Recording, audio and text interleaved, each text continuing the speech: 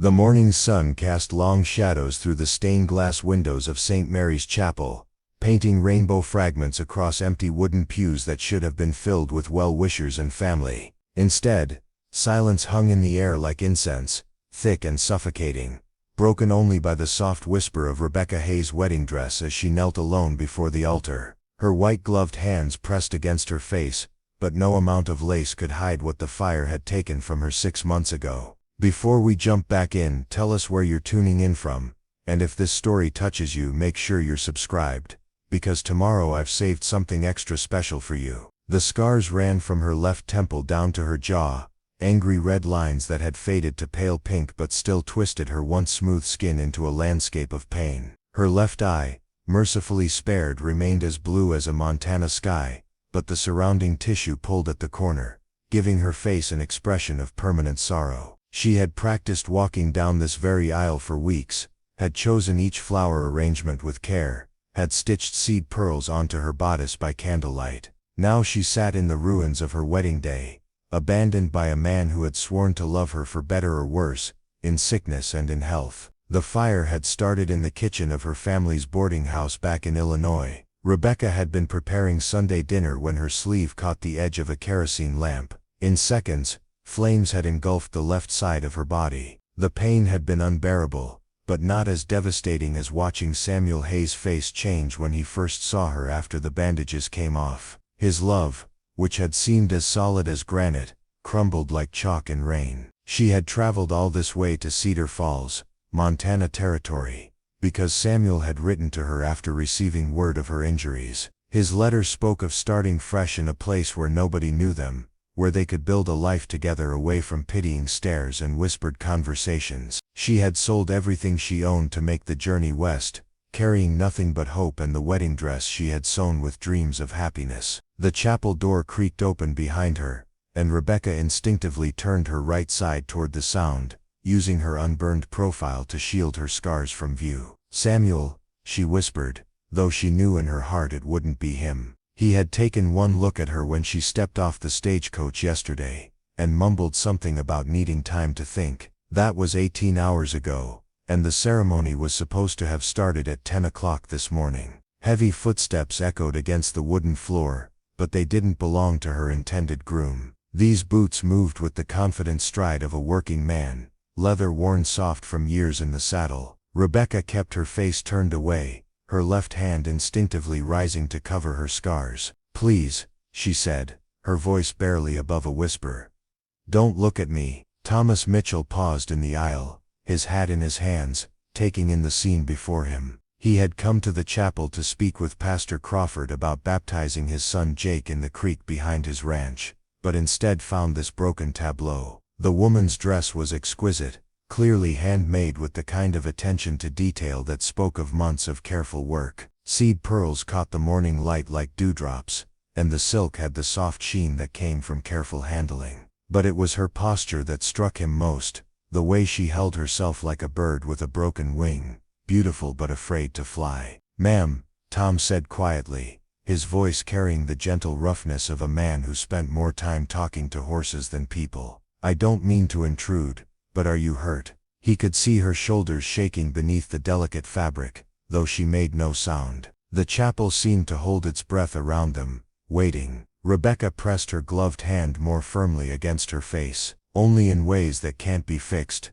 she replied, her words muffled by lace and shame. "Please, just leave me be. I know I look like a monster." Tom frowned at that, setting his hat on the pew beside him. He had seen real monsters in his 32 years, men who hurt women and children, who stole and cheated, and left destruction in their wake. Whatever had happened to this woman, she didn't deserve to think of herself that way. "I doubt that's true," he said, moving slowly down the aisle. "And I've never been one to leave a lady in distress, especially not in God's house." She flinched when his boots stopped just a few feet away. "You don't understand," Rebecca said, her voice growing desperate.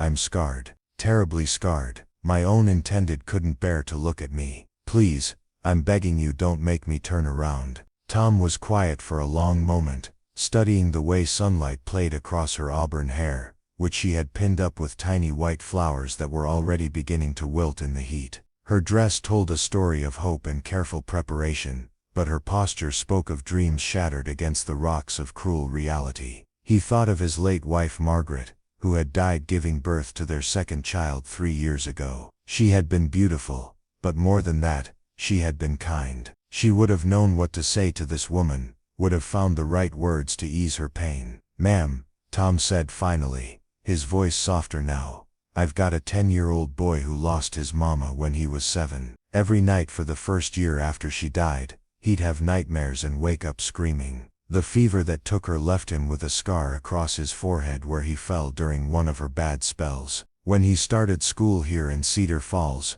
the other children called him names, said he looked scary." Rebecca's shoulders stiffened, but she didn't interrupt. "You know what I told him," Tom continued. "I said that scars don't make you a monster, they make you a survivor. They're proof that you face." Preparing and narrating this story took us a lot of time, so if you are enjoying it, subscribe to our channel, it means a lot to us. Now back to the story.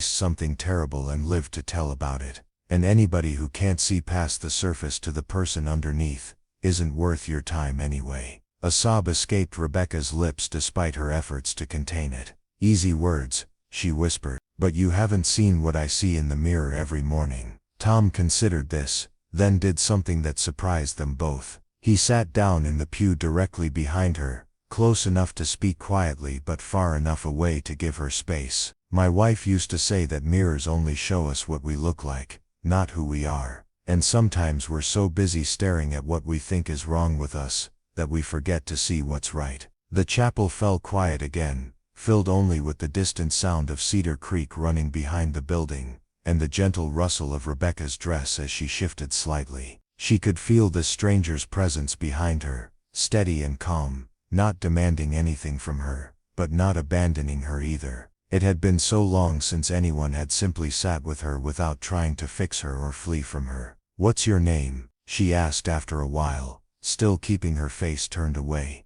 "Thomas Mitchell," he replied. "Most folks call me Tom. I run a cattle ranch about 5 miles out of town." "I'm Rebecca Hayes," she said, then corrected herself with bitter irony. "Though I suppose I won't be taking that name after all." Tom processed this information, understanding dawning in his eyes. "You're the bride everyone's been talking about," he said, not unkindly. Word around town was that Samuel Hayes was getting married today to a woman from back east. Rebecca's laugh was sharp and humorless, was being the important phrase. "Turns out love isn't quite as blind as the poets claim." "Samuel's a fool," Tom said bluntly, and the certainty in his voice made Rebecca's breath catch. "Any man who would abandon a woman on her wedding day, for any reason, isn't worthy of being called a man at all." The simple declaration hung between them like a promise. Rebecca found herself wanting to turn around, to see the face that belonged to this kind voice,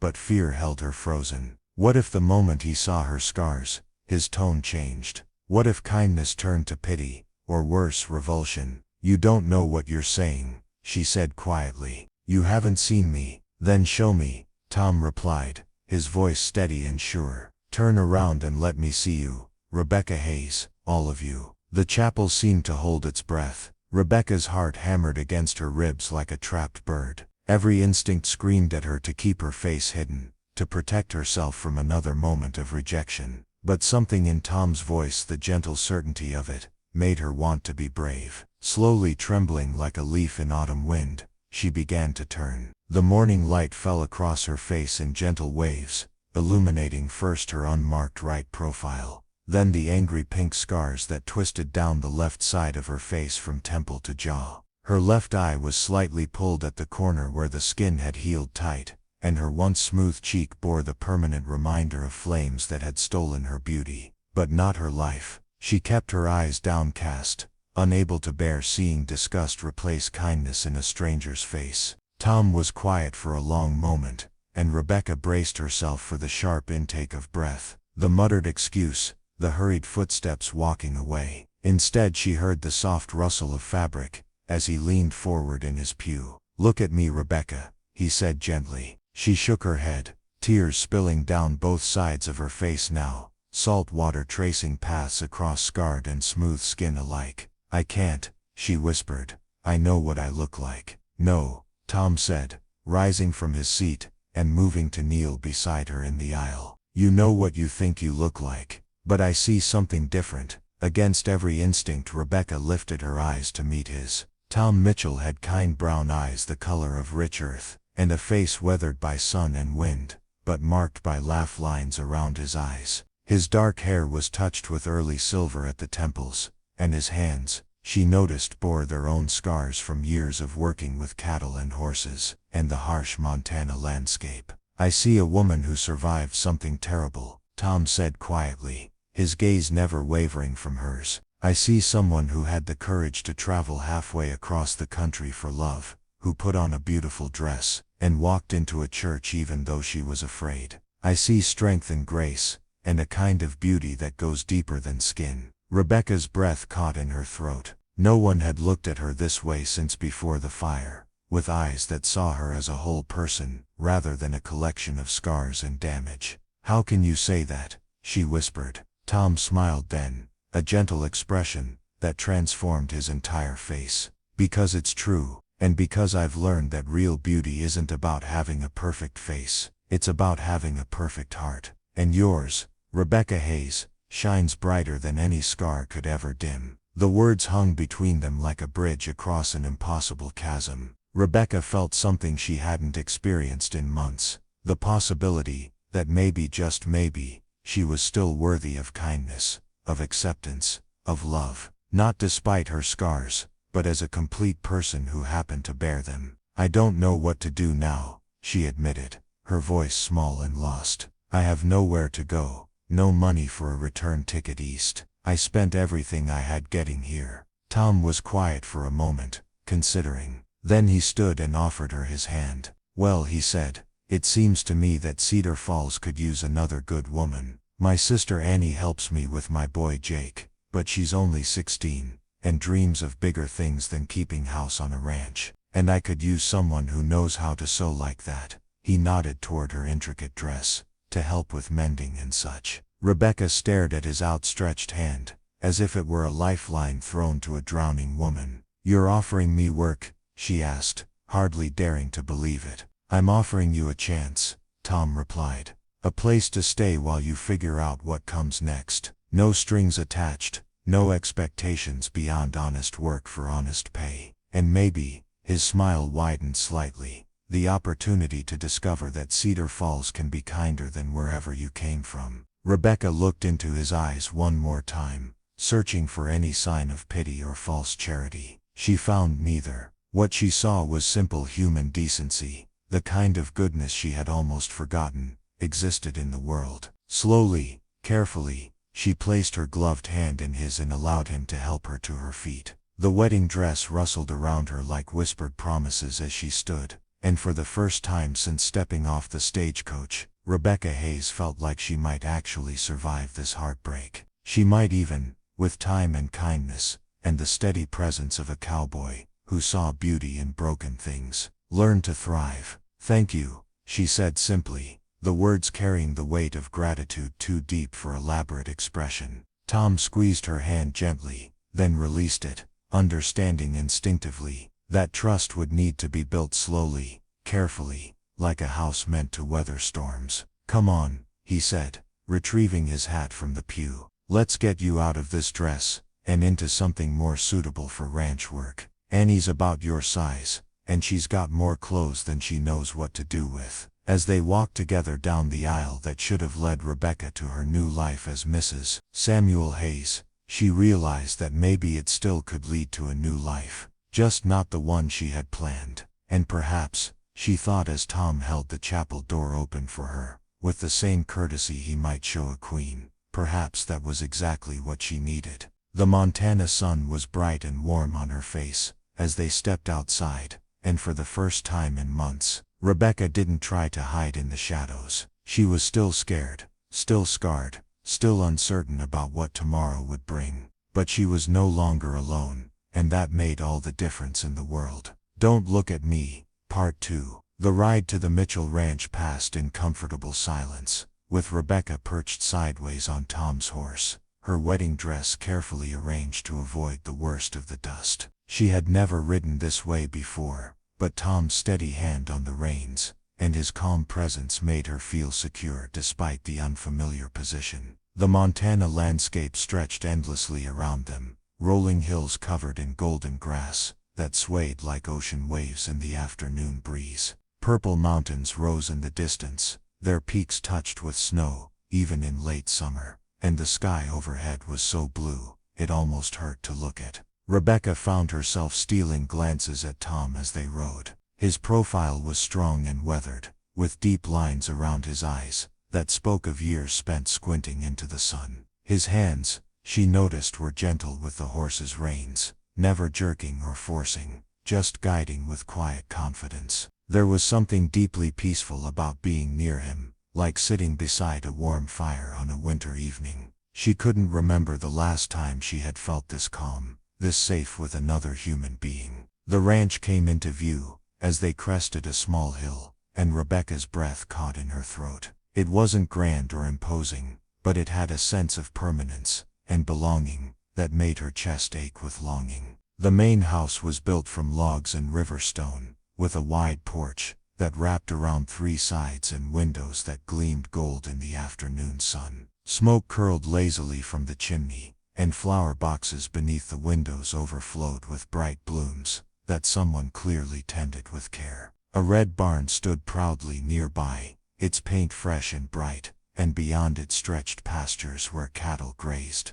peacefully alongside horses. "It's beautiful," Rebecca said softly, the first words she had spoken since leaving the chapel. Tom glanced at her, surprised by the wonder in her voice. "Margaret always said it looked like home should look," he replied, then seemed to catch himself. "My late wife," he explained quietly. Rebecca nodded, understanding the weight those words carried. She had heard it in his voice when he mentioned his son's nightmares, the careful way he spoke about loss without drowning in it. This was a man who knew grief intimately, but hadn't let it destroy him. There was strength in that, the kind of quiet resilience that came from choosing to keep living, even when living hurt. A young woman emerged from the house as they approached, wiping her hands on a flour-dusted apron. She had Tom's dark hair and kind eyes, but where his face was weathered by years of outdoor work, hers was smooth and youthful. Annie Mitchell moved with the easy confidence of someone completely at home in her surroundings, but Rebecca caught the curious way her gaze lingered on the elaborate wedding dress. "Tom," Annie called out, shading her eyes with one hand. "What on earth?" Tom dismounted first, then carefully helped Rebecca down, his hands steady and respectful as he supported her weight. "Annie, this is Miss Rebecca Hayes," he said simply. "She's had a difficult day and could use our help." Annie's eyes widened as she took in the full scope of the situation. A woman in a wedding dress, arriving with her brother in the middle of what should have been her ceremony, clearly distressed, and bearing scars that spoke of some terrible accident. But to her credit, Annie's expression remained kind and welcoming, without a trace of the morbid curiosity Rebecca had grown to expect. "Of course," Annie said immediately, stepping forward with a warm smile. "Miss Hayes, you're very welcome here. I'm Annie Mitchell, Tom's sister. You look like you could use a cup of tea, and perhaps something more comfortable to wear." Rebecca felt tears prick at her eyes again. Such simple kindness, offered without question or condition. "Thank you," she managed. "I'm afraid I'm rather a mess." "Nonsense," Annie said briskly, taking Rebecca's arm with gentle firmness. "We're all a mess from time to time. The trick is finding people who don't mind helping you clean up." She shot a meaningful look at her brother, who was already leading his horse toward the barn. "Tom's good at that sort of thing." As they walked toward the house, Rebecca caught sight of movement in one of the upper windows. A small face appeared briefly, then disappeared again with the quick shyness of childhood. "That would be Jake," Annie explained, following her gaze. "He's probably wondering why there's a lady in a wedding dress in our yard. He doesn't see much excitement out here." The inside of the house was as welcoming as the exterior had promised. The main room was spacious but cozy, with comfortable furniture arranged around a stone fireplace, and quilts draped over chair backs. Books lined one wall, and Rebecca could see a piano in the corner. its surface decorated with framed photographs and wildflowers in a mason jar. Everything spoke of a family that had built a life together with love and care, even in the face of loss. "Let me show you to the washroom first," Annie said, guiding Rebecca down a short hallway. "You can freshen up while I find you something to wear. Tom mentioned you might stay for a while, help out around the ranch." Rebecca paused, suddenly uncertain. In the chapel, with Tom's kind eyes on her face and his gentle words in her ears, accepting his offer had seemed like the most natural thing in the world. But now, standing in his family home, she felt the full weight of what she was asking. "I don't want to impose," she said carefully. "Your brother was kind to offer, but I understand if it's not practical." Annie studied her for a moment, taking in the careful way Rebecca held herself, the vulnerability beneath her dignity. "Can you cook?" she asked. "Yes," Rebecca replied, surprised by the question. "So, it's what I did for a living back in Illinois. Handle children?" Rebecca thought of the boarding house where she had grown up, always full of travelers' children who needed minding. "I've had experience." Annie smiled, the expression transforming her face with genuine warmth. "Then you're not imposing, you're an answer to prayer." "I love my family dearly, but I've been dreaming of art school in San Francisco since I was 12 years old. Having another woman here, someone who can help with Jake and the household while Tom works the ranch, well, it would give me the freedom to start planning for my own future." The honesty in Annie's voice, the way she spoke of dreams and futures as things that were possible rather than foolish, made Rebecca's chest tighten with unexpected emotion. When had she stopped believing in possibilities? When had she started seeing herself as a burden rather than a person with something to offer? The washroom was simple but clean, with a pitcher of fresh water and soft towels that smelled of lavender. Rebecca caught sight of herself in the small mirror above the basin and flinched automatically, the old reflex still strong.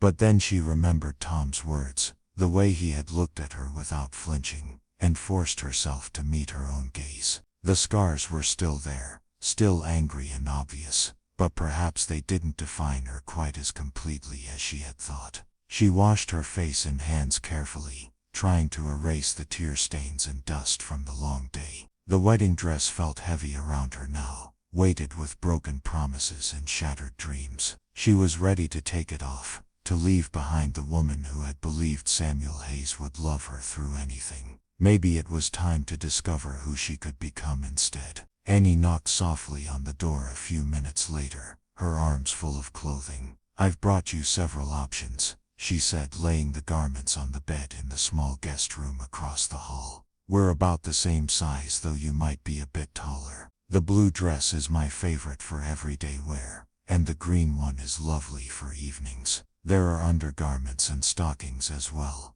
and a warm shawl for when the temperature drops." Rebecca touched the blue fabric reverently. It was simple but well made, with tiny pearl buttons down the front, and a modest neckline that would cover the worst of her scarring without looking like she was trying to hide. "This is too generous," she protested. "It's practical," Annie corrected firmly. "You can't very well muck out stalls in a wedding dress, can you?" She paused at the doorway, her expression growing more serious. "Rebecca, may I speak plainly?" Rebecca nodded, bracing herself for questions about her scars, her circumstances, the wedding dress and missing groom. "My brother is a good man," Annie said simply, "one of the best I've ever known. But he's been alone for 3 years now, raising Jake and running this ranch, and trying to be everything to everyone. He doesn't complain, doesn't ask for help, just keeps carrying whatever burden life hands him. When he brought you here today,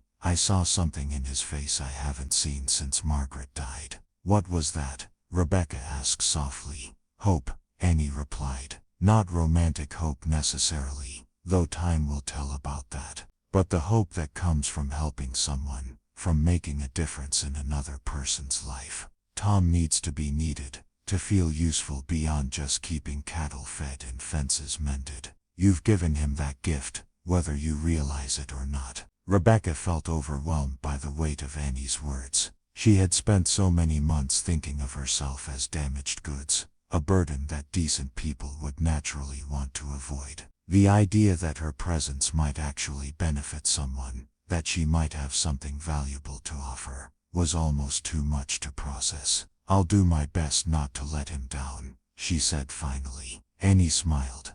"I don't think you could if you tried. Now get changed and come down to the kitchen when you're ready. I'll put the kettle on, and we can talk about what your days here might look like." Alone in the small room, Rebecca carefully removed her wedding dress, hanging it in the wardrobe like a beautiful ghost of the life she had almost lived. The blue dress fit perfectly, skimming her figure without being tight, the sleeves long enough to cover the scars on her arms, while still allowing freedom of movement. When she looked in the mirror this time, she saw someone different. Not the scarred bride who had been abandoned at the altar, not the pitied invalid she had become in Illinois, but simply a woman in a blue dress, ready to work and contribute and maybe eventually belong. The kitchen was warm and inviting, with copper pots hanging from hooks and herbs drying in bundles near the window. Annie had indeed put the kettle on, and the table was set with delicate china cups that spoke of special occasions. Jake sat at the table as well, his dark hair tousled and his eyes bright with curiosity. Up close, Rebecca could see the scar Tom had mentioned, a thin white line across his forehead that spoke of childhood accident and healing. "Jake, this is Miss Rebecca," Annie said as Rebecca entered. "She's going to be staying with us for a while, helping out around the ranch." Jake studied Rebecca with the frank assessment of childhood, taking in her scars without the adult pretense of not noticing. "Does it hurt?" he asked, pointing to her face with the directness that only children possessed. "Jake," Annie scolded, but Rebecca held up a hand. "It's all right," she said, sitting down across from the boy. "It did hurt when it first happened, but it doesn't hurt anymore, not the way you mean. Sometimes it makes me sad because it changed how I look, but the scars themselves don't cause pain." Jake nodded solemnly, processing this information. "Pa says scars make you brave," he said finally. "He says they're proof you didn't give up when something bad happened." Rebecca felt her throat tighten with emotion. Tom's words, filtered through the innocent wisdom of a child, seemed to carry even more weight. "Your father is a very wise man," she managed. "He's the best PA in Montana," Jake declared with absolute certainty. "Maybe in all of America. He can rope a calf and fix a broken fence and make pancakes that are perfectly round every time." Annie laughed, pouring tea into the delicate cups. "He also burns the bacon and leaves his muddy boots by the door and snores loud enough to wake the dead," she added with fond exasperation. "Those aren't important things," Jake said seriously. "The important thing is that he takes care of everyone. May used to say that Pa had enough love in his heart for the whole territory, and I think she was right." Rebecca found herself smiling, really smiling, for the first time in months. This family, this place, these people who spoke of love as something abundant rather than scarce. She had almost forgotten that such things existed. "Tell me about your mother," she said gently. Jake's face lit up with the joy that came from sharing beloved memories. "She was beautiful and kind, and she sang lullabies that could make the angels cry. Pa says she had hair like Annie's but longer, and she always smelled like roses because she grew them in the garden behind the house. She died when my baby brother was born, but Pa says she's watching over us from heaven and that she'd be proud of the men we're becoming." The simple acceptance in the boy's voice, the way he spoke of loss without bitterness, told Rebecca everything she needed to know about how Tom Mitchell had handled his family's grief. He had found a way to honor his wife's memory, while still allowing his children to look forward rather than backward, to celebrate what they had rather than mourn what they had lost. "She sounds like a wonderful woman," Rebecca said softly. She was, Annie confirmed, her own voice thick with emotion. "But she always said that life was for the living, that we should never let sorrow stop us from embracing joy when it came our way." "I think she would have liked you, Rebecca." She had a soft spot for people who had been through difficult times. The front door opened with a creak, and Tom's voice called out from the hallway. "Something smells like civilization in here. Please tell me Annie remembered to feed our guests something more substantial than leftover biscuits. We were just getting to that. Annie called back, rising to check the pot of stew she had simmering on the stove. How are the cattle? Tom appeared in the doorway, his hair damp from washing at the pump outside and his sleeves rolled up to reveal strong forearms, marked with their own collection of scars. His eyes went immediately to Rebecca, and she saw relief in them when he took in her more practical clothing and relaxed posture. Cattle are fine, he said, settling into the chair beside Jake. Found a weak spot in the south fence that needs mending tomorrow, but nothing urgent. How are you settling in, Miss Hayes? The formality of her name on his lips created a proper distance that Rebecca appreciated, even as part of her missed the gentle way he had said Rebecca in the chapel. They were finding their footing now, establishing boundaries and expectations like two careful dancers learning a new waltz. Very well, thank you, she replied. Annie has been incredibly kind, and Jake has been telling me about your late wife. She sounds like she was a remarkable woman. Tom's expression softened with the particular tenderness that came from speaking of beloved dead. She was that, he agreed. Margaret had a gift for making every day feel like a celebration, even when there wasn't much to celebrate. She would have insisted on a proper welcome dinner for you, probably would have made enough food to feed half the territory. I can cook, Rebecca offered quietly. If you'd like, I could prepare dinner tomorrow. It's the least I can do to thank you for your hospitality. You don't owe us anything, Tom said firmly, but not unkindly. We help because it's the right thing to do, not because we expect payment. Rebecca felt heat rise in her cheeks. I didn't mean it as payment, she said carefully. I meant it as contribution. There's a difference between charity and mutual aid, Mr. Mitchell. I'd like very much to be useful while I'm here. Tom studied her face, seeing the pride beneath the gratitude, the determination not to be seen as a burden. It was a pride he recognized, the same fierce independence that had driven him to build this ranch from nothing after the bank foreclosed on his father's farm. In that case, he said with a slight smile, I'd be honored to taste your cooking, Miss Hayes. Fair warning, though Jake here has very strong opinions about biscuits. Margaret spoiled him with her recipe. I make good biscuits, Rebecca said with quiet confidence, and Jake's eyes lit up with anticipation. This I have to see, Annie laughed. Jake's been the final judge of every cook we've had through here, and so far no one has measured up to his standards. As they talked and laughed around the kitchen table, sharing stories and gentle teasing, Rebecca felt something inside her chest begin to unfurl like a flower opening to sunlight. This was what family felt like, she realized. Not perfect, not without sorrow, but real and warm and accepting. She had grown up in boarding houses and rented rooms, always temporary, always on the outside looking in. But here, in this kitchen that smelled like herbs and home, she began to believe that maybe she could belong somewhere after all. The evening passed quietly, with Jake eventually falling asleep against Tom's shoulder while the adults continued talking by lamplight. Rebecca learned that Tom had built the ranch himself over the past 8 years, that Annie taught at the local school when it was in session, that Jake loved horses more than anything except perhaps his father's pancakes. In return, she shared carefully edited stories of her life in Illinois, her work as a seamstress, her love of books and music. She didn't speak of Samuel Hayes or the fire,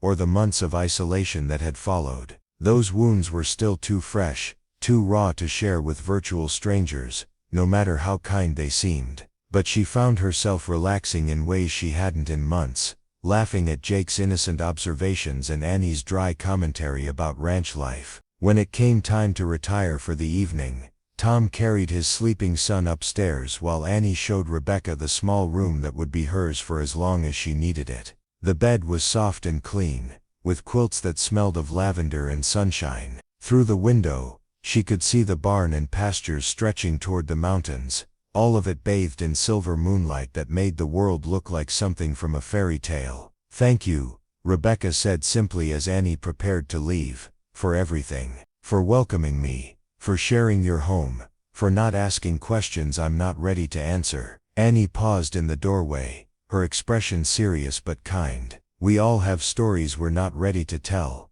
she said softly. The beauty of family, whether born or chosen, is that it gives us time to heal enough to share them when we're ready. Sleep well, Rebecca. Tomorrow is a new day, and around here we believe in fresh starts. Alone in the quiet room, Rebecca knelt beside the window and looked out at the star-filled sky. For the first time in months, she felt something besides despair when she thought about the future. She didn't know what tomorrow would bring, didn't know if she would find a permanent place here, or eventually move on to something else, but she knew that she was safe, that she was valued, that she had been given the precious gift of time to discover who she could become. The scars on her face would always be there, visible reminders of the fire that had changed everything. But maybe Tom was right. Maybe they were proof of survival rather than symbols of damage. Maybe she was stronger than she had realized, braver than she had believed. Maybe, just maybe, she was exactly where she needed to be. Don't look at me. Part 3. The rooster's crow pierced the pre-dawn darkness like a bell calling the faithful to prayer. Rebecca stirred in the unfamiliar bed, momentarily disoriented by the silence that surrounded her. No rumbling of wagon wheels on cobblestones, no shouting merchants hawking their wares, no constant hum of city life that had been the soundtrack to her existence back in Illinois. Here, the world whispered instead of shouted, spoke in the language of wind through grass and cattle lowing in distant pastures. She dressed quickly in the borrowed blue dress, her fingers automatically moving to arrange her hair in a way that would minimize the visibility of her scars. Old habits died hard, even in a place where people seemed to look past the damage to see the person beneath. The wooden floors were cool under her bare feet as she made her way downstairs, following the scent of coffee and bacon that drifted up from the kitchen like an invitation to belonging. Tom was already at the stove, his sleeves rolled up and his dark hair still damp from washing. He moved with the efficient economy of someone accustomed to caring for others, flipping bacon with one hand while stirring a pot of oatmeal with the other. The sight of him there, domestic and capable, created an unexpected warmth in Rebecca's chest. Samuel Hayes had never cooked a meal in his life, had expected to be served rather than serve. The contrast was stark and telling. "Morning," Tom said without turning around, though she was certain she had made no noise coming down the stairs. "Coffee's fresh if you'd like some. Cups are in the cabinet above the sink." Rebecca poured herself a cup, wrapping her hands around the warm ceramic and breathing in the rich aroma. The coffee was strong and slightly bitter, nothing like the delicate blend she had been accustomed to, but it tasted like honesty and hard work and mornings that began with purpose rather than despair. "You're up early," she observed,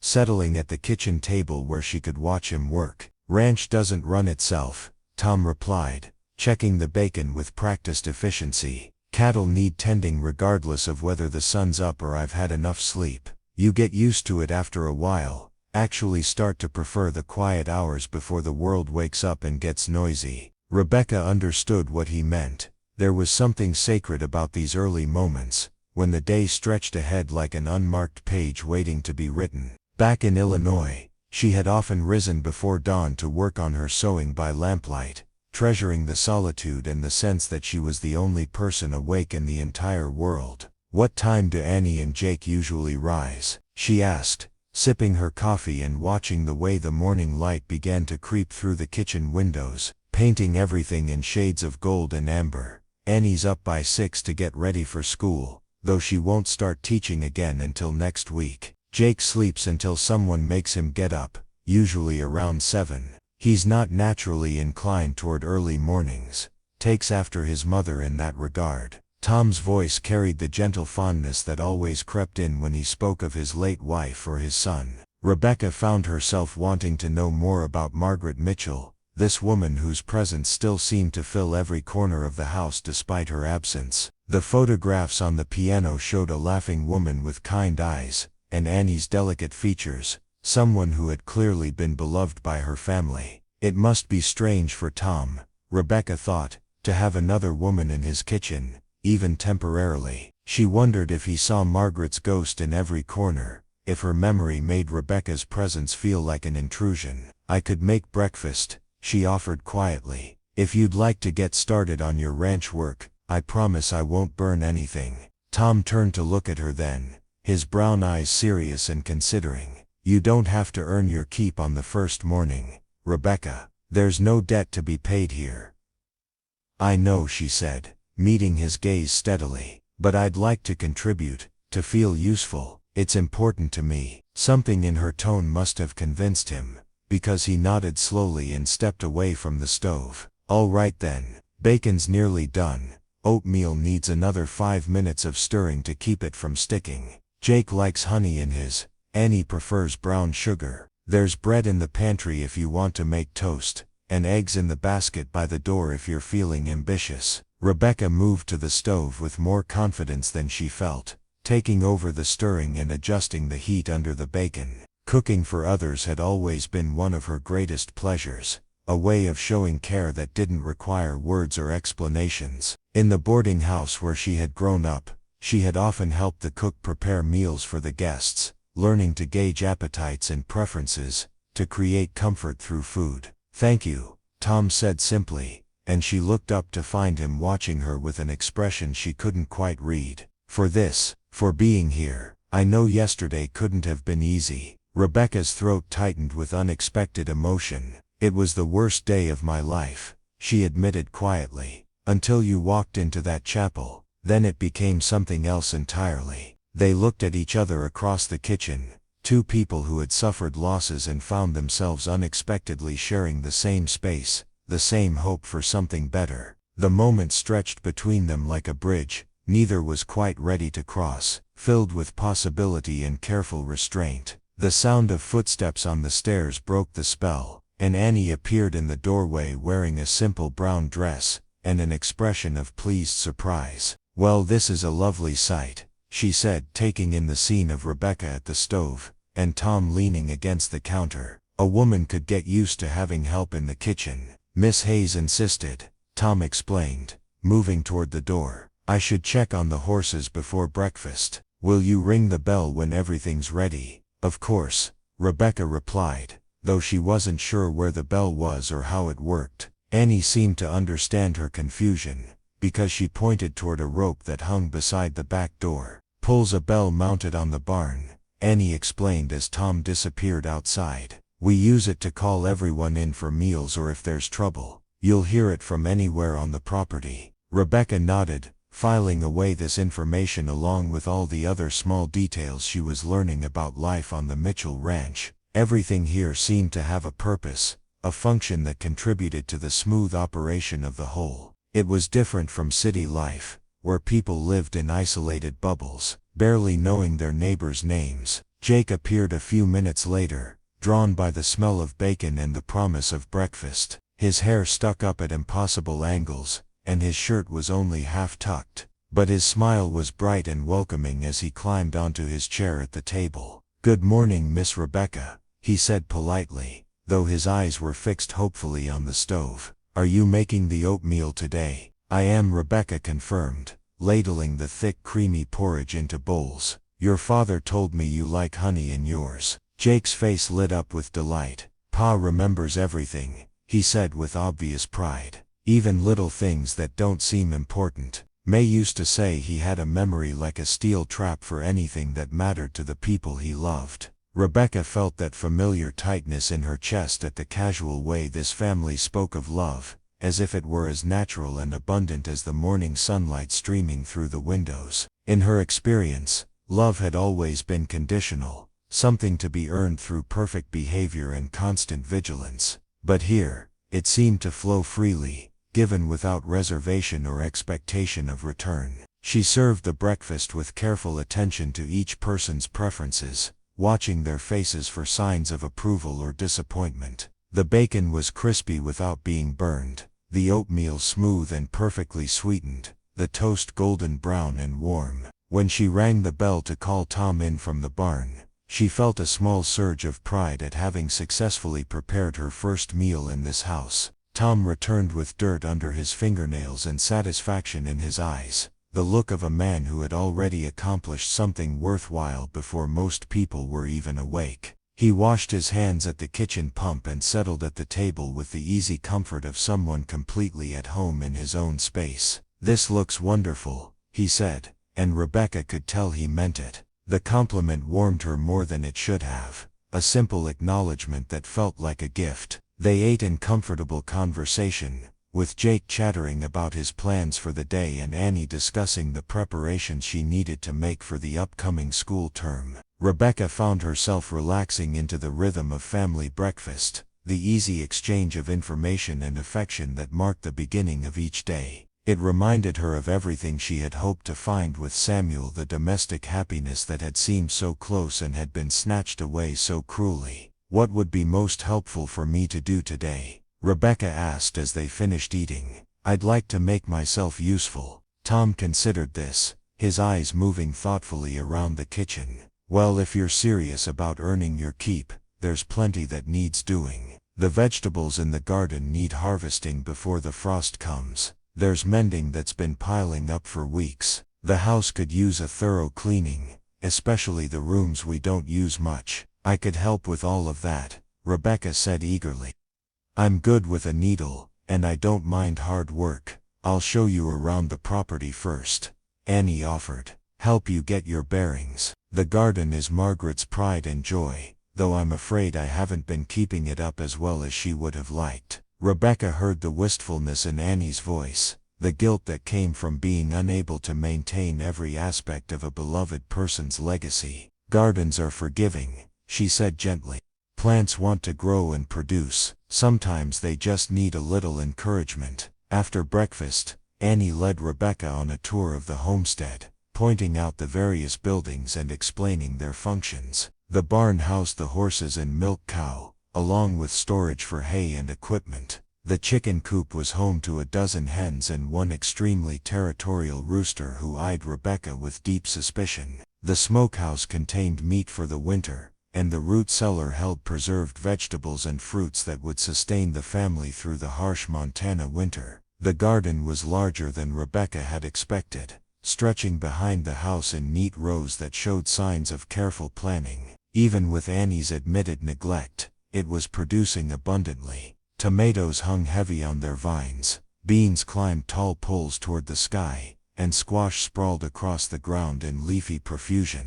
Herbs grew in a separate section, their fragrances mixing into a symphony of sage and thyme and rosemary that made Rebecca's mouth water with possibilities. "Margaret planned this whole layout," Annie explained, gesturing toward the organized chaos. "She said a good garden could feed a family and heal them too, if you knew which plants to grow. I've tried to maintain it, but I don't have her touch with growing things." Rebecca knelt beside a row of beans, running her fingers through the soil. It was rich and dark, clearly well tended despite Annie's concerns. "The foundation is solid," she said. "The plants are healthy, just a little overgrown. With some pruning and weeding, this garden could produce well into the fall." "You know about gardening?" Annie asked hopefully. "Some," Rebecca admitted. "My mother died when I was young, and I was raised by a woman who believed everyone should know how to grow their own food. She used to say that a person who could garden would never starve,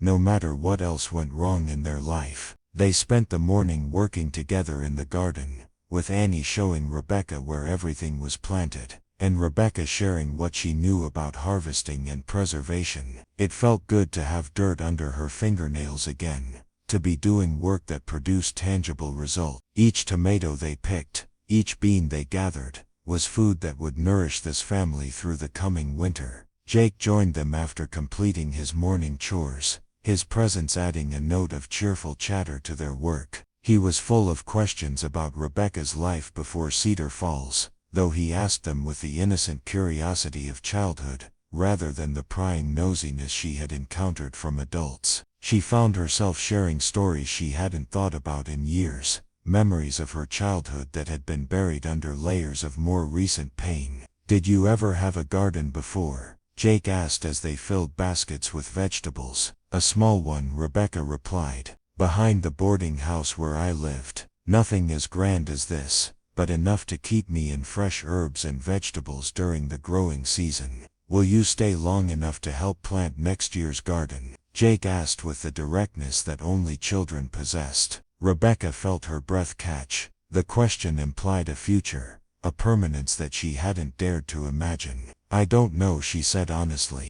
That depends on many things. I hope you do, Jake said simply. I like having you here. You make Pa smile more than he has in a long time. Annie shot her nephew a warning look, but Rebecca felt a flutter of something that might have been hope. Was it possible that her presence was actually beneficial to this family? That she wasn't just a burden they were kindly tolerating? The idea was almost too wonderful to consider. They worked through the morning, filling baskets with the garden's bounty, and planning the preservation work that would need to be done in the coming days. Rebecca found herself falling into easy conversation with Annie, discovering shared interests in books and music, and the small domestic arts that made life more beautiful. It had been so long since she had female companionship, since she had been able to talk freely without worrying about shocking or offending someone with her appearance. When the sun reached its zenith, they carried their harvest into the kitchen, and began the process of sorting and cleaning. Rebecca's hands moved automatically through the familiar motions of preparing vegetables,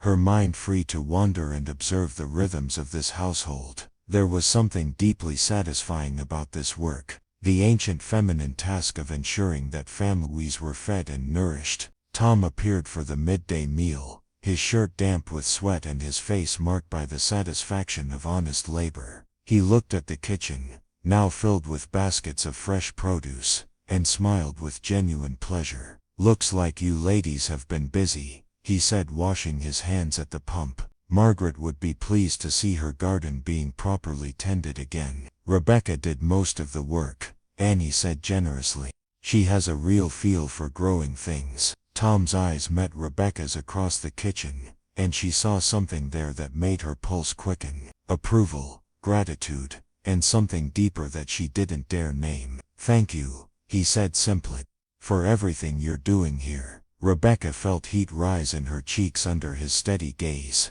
It's nothing, she said, turning back to her work. Just helping where I can. But it wasn't nothing, and they all knew it. With each meal she prepared, each basket she filled, each small act of service, Rebecca was weaving herself into the fabric of this family's life. She was proving her worth not through grand gestures or dramatic sacrifices, but through the quiet competence of daily care. And for the first time since the fire had changed everything, she was beginning to believe that she might actually deserve the kindness being shown to her. The afternoon passed in a blur of productive activity. While Annie took Jake into town for supplies, Rebecca set about tackling the mending that had accumulated in a basket beside Margaret's sewing machine. The work was familiar and soothing, each neat stitch restoring order to chaos, each repaired garment a small victory against the entropy that constantly threatened domestic life. She found herself examining the quality of the stitching in the family's clothes, noting Margaret's careful handiwork in the tiny even stitches that marked a true seamstress. This had been a woman who took pride in her domestic skills, who had cared for her family through the work of her hands. Rebecca felt honored to be continuing that tradition, even temporarily. When Tom returned from his afternoon work, he found Rebecca at the sewing machine, her concentration complete as she worked on reinforcing the knee of Jake's favorite trousers. The sight stopped him in the doorway, struck by how right she looked there, how perfectly she seemed to fit into the domestic scene. "You're handy with a needle," he observed, settling into the chair across from her. "It was my profession," Rebecca replied, not looking up from her work. "I supported myself as a seamstress for nearly 20 years. There's something peaceful about mending, making things whole again." Tom heard the metaphor in her words, the way she spoke of mending as if it applied to more than just fabric. "Is that what you're doing here?" he asked quietly. "Mending." Rebecca's hand stilled on the machine, and she finally looked up to meet his eyes. "Maybe," she said softly, "or maybe I'm the thing that needs mending, and this place, this family, is helping me remember how to be whole again." The honesty in her voice, the vulnerability she was showing him, made Tom's chest tighten with emotion. He had brought her here out of simple human decency, unable to leave a woman alone and abandoned. But somewhere in the past day and a half, she had become more than just a stranger in need of help.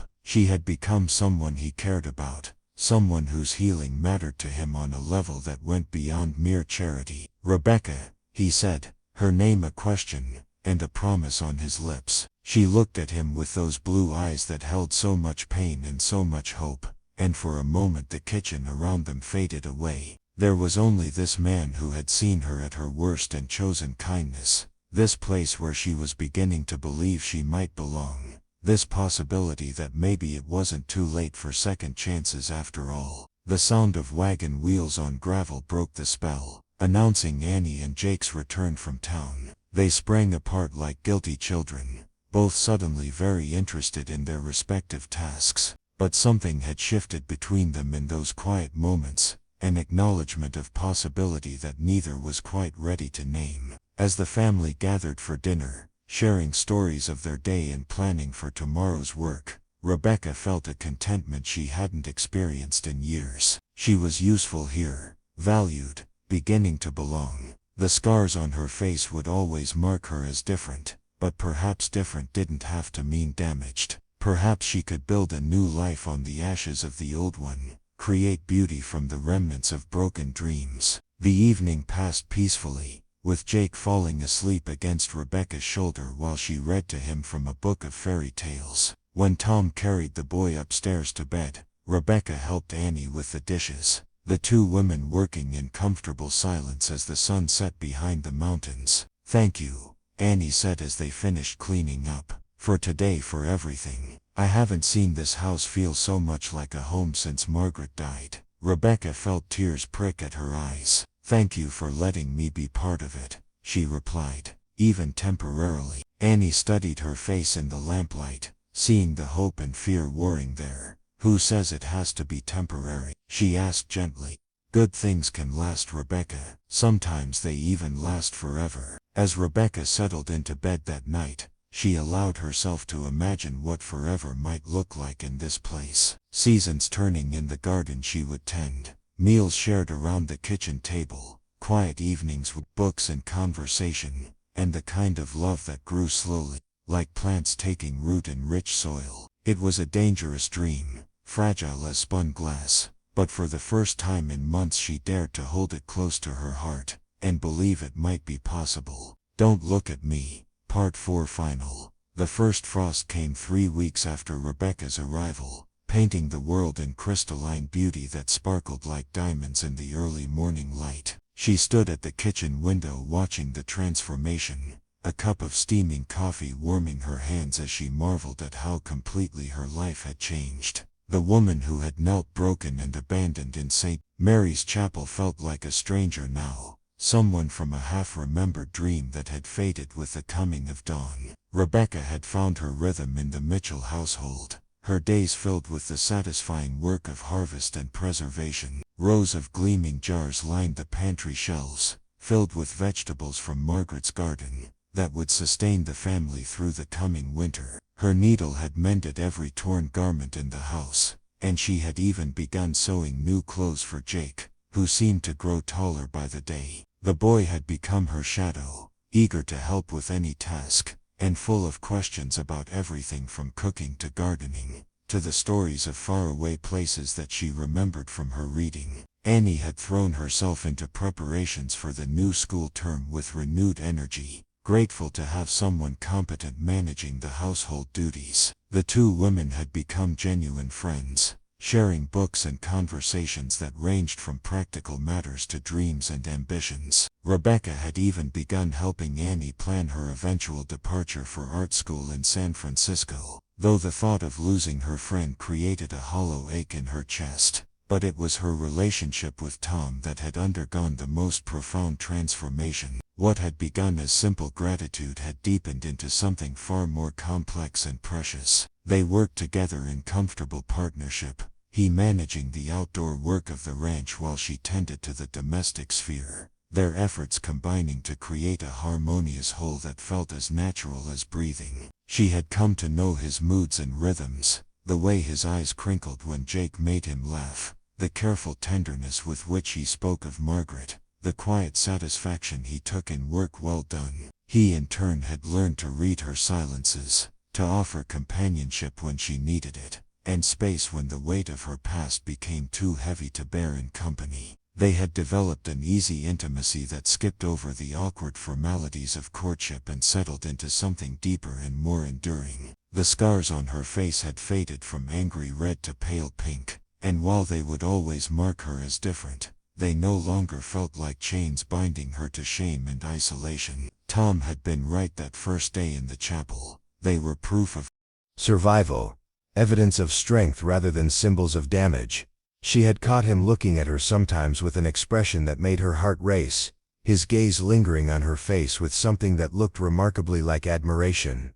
On this frost-kissed morning, as Rebecca prepared breakfast for the family that had become her own in all but name, she allowed herself to imagine what it might be like to make this arrangement permanent. The thought both thrilled and terrified her. She had been hurt so deeply by Samuel's abandonment that the idea of opening her heart again felt like stepping off a cliff into empty air. But Tom Mitchell was nothing like Samuel Hayes, and the love she felt growing between them was nothing like the desperate hope that had driven her west in the first place. The sound of hoofbeats in the yard interrupted her reverie, and Rebecca looked out to see a rider approaching the house at a gallop. Even from a distance she could tell that something was wrong. The horse was lathered with sweat despite the cold morning air, and the man in the saddle swayed with exhaustion. As he drew closer, Rebecca recognized Sheriff Bill Morgan, his usual calm demeanor replaced by urgent concern. Tom emerged from the barn at the same moment Rebecca stepped onto the porch, both of them converging on the sheriff as he dismounted with obvious effort. Bill Morgan was a steady man in his 50s, not given to panic or dramatics, which made his current state all the more alarming. "Tom," the sheriff gasped, accepting the cup of water that Rebecca quickly fetched. "Thank God you're here. We've got trouble coming, and I mean serious trouble." "What kind of trouble?" Tom asked, his voice calm but his posture tense. Sheriff Morgan drained the cup before answering, his eyes darting between Tom and Rebecca with an expression that made her stomach clench with dread. "Samuel Hayes," he said finally. "He's been drinking heavy since the wedding that never happened, telling anyone who'd listen that he was cheated out of his bride by a lying woman who hid her true face until it was too late to back out honorably." Rebecca felt the blood drain from her face, her hands gripping the porch railing so tightly that her knuckles turned white. She had known this moment might come, had dreaded the possibility that Samuel would not simply disappear quietly into whatever life he chose to build without her. But hearing his name spoken aloud after weeks of peace and healing felt like a physical blow. "Last night he gathered up a group of men from the saloons," Sheriff Morgan continued, his eyes fixed on Rebecca with sympathy and concern. "Men who don't know the truth of what happened, who only heard his version of events. They're calling themselves a committee of concerned citizens, claiming they need to rescue an innocent man from the clutches of a woman who deceived him about her appearance." Tom's jaw tightened with controlled fury, but his voice remained steady. "What exactly are they planning to do?"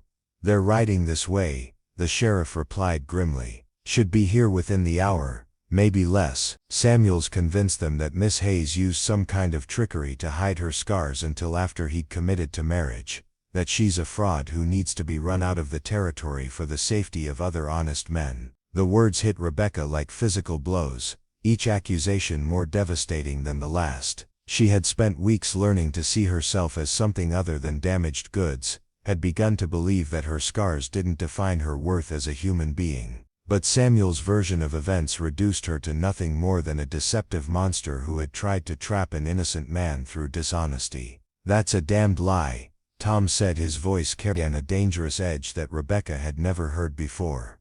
"Miss Hayes never deceived anyone. Samuel Hayes is the one who broke his word, who abandoned a woman on her wedding day because he was too shallow and cowardly to honor his commitments." Sheriff Morgan nodded wearily.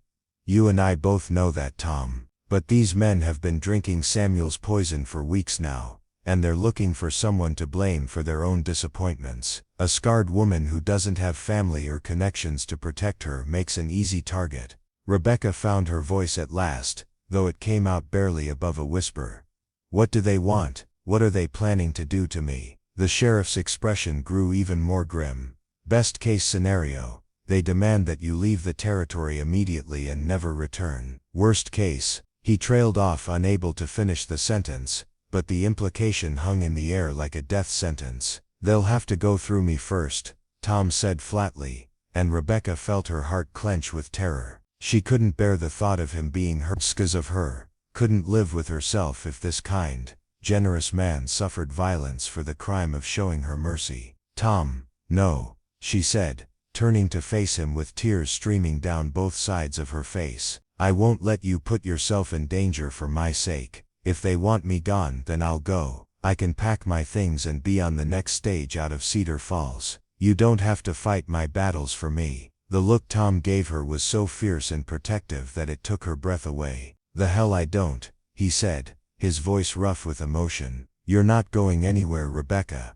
This is your home now, and I'll be damned if I let a pack of drunk cowards drive you away from it." "Tom's right," Annie said from the doorway, where she had appeared with Jake close behind her. Both of them looked pale, but determined, united in their support. "We're a family, and families protect each other. No one is driving anyone away from our home." Jake stepped forward and took Rebecca's hand in his small one, his young face set with stubborn resolve. "You're not leaving," he said with the absolute certainty that only children possessed. "Pa said you belong here, and Pa's never wrong about important things." The simple declaration from this brave little boy broke something open in Rebecca's chest, releasing a flood of emotions that she had been holding back for weeks. These people, this family, that had taken her in when she had nowhere else to go, were willing to stand against a mob for her sake. They saw her as worth defending, worth fighting for, worth risking their own safety to protect. "I can't ask you to do this," she said, her voice breaking with the weight of her gratitude and terror. "I won't be responsible for anyone getting hurt because of me." Tom stepped closer and gently cupped her face in his hands, his thumbs brushing away the tears that continued to fall. "You're not asking," he said softly. "I'm choosing. We're all choosing, because that's what love does, Rebecca. It chooses to stand and fight when the people we care about are threatened." The word hung between them like a bridge finally completed, spanning the careful distance they had maintained for weeks. Love, not charity, not pity, not mere kindness, but real, honest, transformative love. Rebecca saw it reflected in Tom's eyes, felt it in the gentle strength of his touch, heard it in the unwavering certainty of his voice. "I love you too," she whispered, the words feeling like a miracle on her lips. "More than I ever thought possible." Sheriff Morgan cleared his throat awkwardly, reminding them of his presence and the urgency of their situation. "Much as I hate to interrupt this moment," he said, "we've got practical matters to consider. Tom, you got any men who might stand with us? Because Samuel's brought at least 8 or 10 riders, and they're armed and angry and not likely to listen to reason." Tom released Rebecca reluctantly, and turned his attention back to the immediate crisis. "Doc Phillips will come if we send word," he said, his mind working quickly through their options. "Pastor Crawford too, though I doubt he'd be much use in an actual fight. Maybe a few of the other ranchers, if we can get word to them in time." "There's no time," Sheriff Morgan said grimly. "They'll be here soon, and we need to be ready for them." Annie stepped forward with the practical determination that Rebecca had come to admire so much. "Jake and I can load the rifles," she said. "I'm a fair shot, and Jake knows how to handle a gun safely. We won't let them take Rebecca without a fight."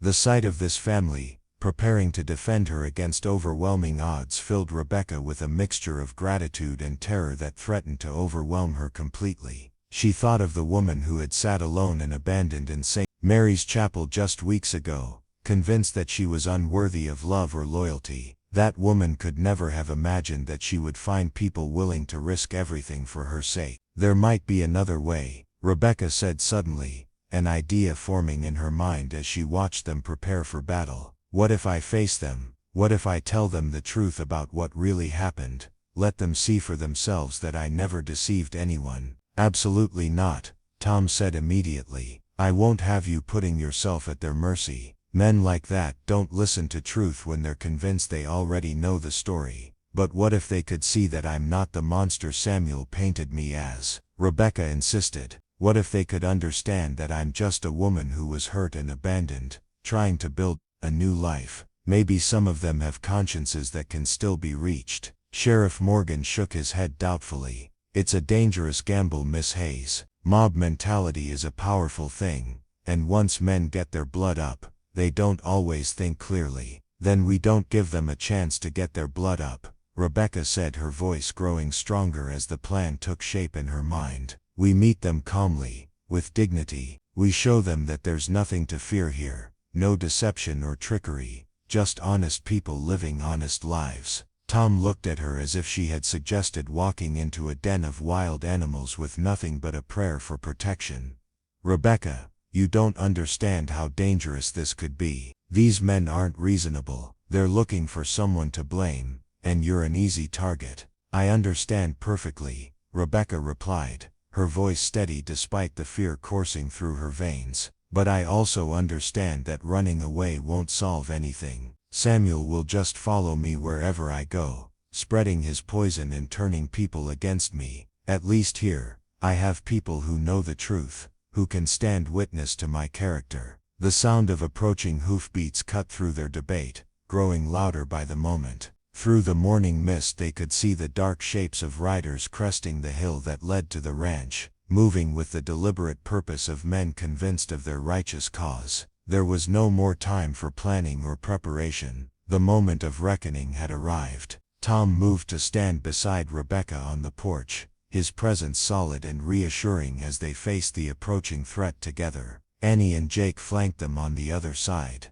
their faces set with determination that spoke of loyalty deeper than blood. Sheriff Morgan positioned himself slightly in front of the group, his badge glinting in the morning sun as he prepared to face down the mob with nothing but the authority of law and the strength of his convictions. Samuel Hayes led the group of riders, his face flushed with drink and self-righteous anger. Rebecca barely recognized the man she had once thought she loved. The Samuel she remembered had been weak and shallow, but not actively cruel. This version of him, surrounded by armed men and drunk on his own sense of grievance, seemed like a different person entirely. There she is, Samuel called out as they approached, pointing directly at Rebecca with theatrical outrage. The woman who tried to trap me into marriage through deception and lies. Look at her, standing there bold as brass, as if she has a right to show her face in decent company. Rebecca felt the familiar urge to cover her scars, to hide from the stares and judgment of the men who had ridden here to condemn her. But Tom's steady presence beside her gave her strength, and she forced herself to stand tall and meet their gazes directly. She would not cower or apologize for existing. She had done nothing wrong, and she would not act as if she had. Samuel Hayes, Sheriff Morgan said, his voice carrying the authority of law and order. You and your men are trespassing on private property. I'm going to have to ask you to state your business and then move along. Samuel dismounted with exaggerated confidence, clearly playing to his audience. We've come to see justice done, Sheriff. This woman deceived me about her true appearance, hid her scars until after I'd committed to marriage. That's fraud, plain and simple, and she needs to face the consequences. The only fraud here, Tom said, his voice carrying across the yard with deadly quiet, is your version of events, Hayes. Miss Rebecca never hid anything from you. You saw her scars the moment she stepped off that stagecoach, and you ran like the coward you are. That's a lie, Samuel shouted, his face growing redder with indignation. She used cosmetics and careful positioning to hide the worst of it during our correspondence. I had no idea how damaged she really was until it was too late to back out gracefully. Rebecca stepped forward, her heart pounding but her voice steady. I never sent you a photograph, Samuel, she said clearly, her words carrying to every man in the group. I never described my appearance beyond saying that I had been injured in a fire. You knew from my letters exactly what to expect, and you chose to propose anyway. The only thing that changed was your courage. Some of the men shifted uncomfortably in their saddles, clearly beginning to question the story they had been told. But Samuel pressed on, desperate to maintain the narrative that painted him as the victim. Don't listen to her lies, he said, turning to address his supporters. Women like this are masters of deception. She's probably been filling these good people's heads with sob stories and playing on their sympathy. That's how women like her operate. They find decent men and manipulate them into providing for them. Is that what you think I've been doing? Rebecca asked, and there was steel in her voice now, the strength that came from finally understanding her own worth. Manipulating the Mitchell family into caring for me. Let me tell you what I've actually been doing, Samuel. She gestured toward the house behind her, toward the garden where vegetables grew in neat rows, toward the clean windows and swept porch that spoke of care and attention. I've been working, I've been contributing, I've been earning my place here through honest labor and genuine affection, not through manipulation or deception. I've been living the life you were too shallow and weak to share with me. The words hung in the air like a challenge, and Rebecca saw several of the men looking uncertain now, their conviction wavering in the face of her obvious dignity, and the clear evidence of her industrious character. This was not the manipulative harpy that Samuel had described. This was simply a woman who had survived tragedy and rebuilt her life through hard work and determination. Tom stepped forward to stand beside Rebecca, his presence radiating protective strength. Miss Rebecca has been nothing but an asset to my family and this community, he said, his voice carrying the authority of a man respected throughout the territory. She's worked harder than anyone has a right to ask, contributed more than most people do in a lifetime, and brought nothing but honor and kindness to our home. Any man who can't see her worth is blind, and any man who would abandon her for surviving a tragic accident isn't worthy of being called a man at all. Sheriff Morgan nodded in agreement. I've known Tom Mitchell for 15 years, he told the assembled men. He's got more integrity in his little finger than most people have in their whole bodies. If he vouches for Miss Hayes' character, that's good enough for me. And as an officer of the law, I can tell you that there's no crime in being scarred by an accident, and no fraud in expecting a man to honor his word. Samuel looked around desperately as he felt his support crumbling, saw the doubt creeping into the faces of the men he had convinced to ride with him. You're all being fooled, he insisted, but his voice lacked the conviction it had carried before. She's not what she pretends to be. No, Rebecca said quietly, and her voice carried a strength and certainty that surprised even her. I'm not what I pretended to be. I pretended to be damaged, broken, unworthy of love or loyalty, but I was wrong about that. I'm not perfect, and I'll never be beautiful in the way people expect women to be beautiful, but I'm strong, and I'm capable, and I'm worthy of respect and affection. You couldn't see that, Samuel, but that doesn't make it any less true. The silence that followed her words was profound, broken only by the whisper of wind through the grass and the distant lowing of cattle. Several of the men had already turned their horses away, clearly uncomfortable with their role in this confrontation now that they understood the real situation. The few who remained looked uncertain and ashamed, beginning to realize that they had been drawn into something very different from what they had expected. Samuel stood alone now, his support evaporated, his righteous anger revealed as nothing more than wounded pride and petty cruelty. He looked small and pathetic in the morning light, a man who had chosen to destroy rather than admit his own weakness. This isn't over, he said, but the threat sounded hollow even to his own ears. Yes it is, Tom said with finality.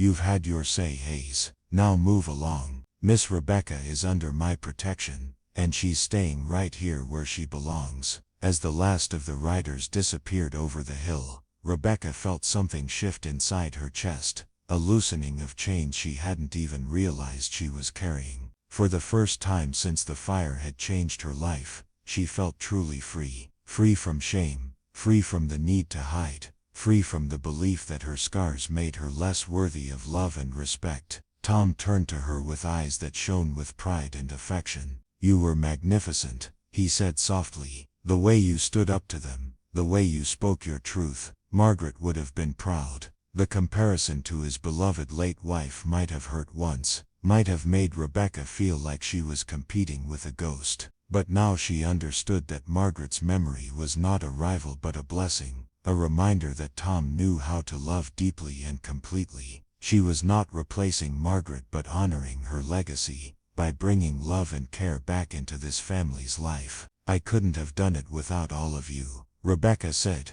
looking around at the people who had stood by her in her darkest moment. Knowing that you believed in me, that you were willing to fight for me, it gave me the strength to fight for myself. Jake threw his arms around Rebecca's waist, burying his face against her skirt. You're never leaving, are you? He asked, his voice muffled but urgent. You're going to stay here forever and ever. Rebecca looked at Tom, seeing the same question in his eyes that Jake had voiced. The future stretched ahead of them, uncertain in its details, but clear in its promise. There would be challenges and sorrows, joys and triumphs, the ordinary difficulties and extraordinary blessings that made up a life fully lived. Forever and ever, she promised, and knew that she meant it with every fiber of her being. Tom smiled then, the expression transforming his entire face with joy and relief. In that case, he said, reaching into his pocket and pulling out a simple gold band that caught the morning light. Maybe it's time we made this official. Rebecca Hayes, will you do me the honor of becoming my wife? The ring was plain and honest, like the man offering it. There were no elaborate speeches or grand gestures, just a straightforward proposal from a good man, who had seen her at her worst and chosen to love her anyway. Rebecca felt tears streaming down her face as she nodded, unable to speak past the overwhelming joy that filled her chest. As Tom slipped the ring onto her finger, Rebecca thought of the woman who had sat alone in St. Mary's Chapel, broken and abandoned and convinced that her story was over. That woman could never have imagined this moment, this family, this love that had grown from the ashes of broken dreams. Sometimes the most beautiful things emerged from the deepest pain. Sometimes the greatest blessings came disguised as the worst disasters. The scars on her face would always be there, visible reminders of the fire that had changed everything. But they no longer defined her. She was Rebecca Mitchell now, wife and mother, and valued member of a community that had chosen to see her worth. She was scarred but not broken, marked but not marred, loved completely and unconditionally, by people who understood that true beauty lived in the heart rather than on the surface. As they walked together toward the house that would be their home for all the years to come, Rebecca felt the last of her shame fall away like leaves in autumn wind. She was exactly where she belonged, with exactly the people who were meant to love her. The fire had taken her old life, but from its ashes had risen something far more precious than anything she had lost. And in the kitchen that smelled of coffee and hope and new beginnings, surrounded by the family that had chosen her as completely as she had chosen them, Rebecca finally understood that sometimes the most beautiful love stories began, not with first sight, but with second chances, not with perfect people, but with imperfect souls,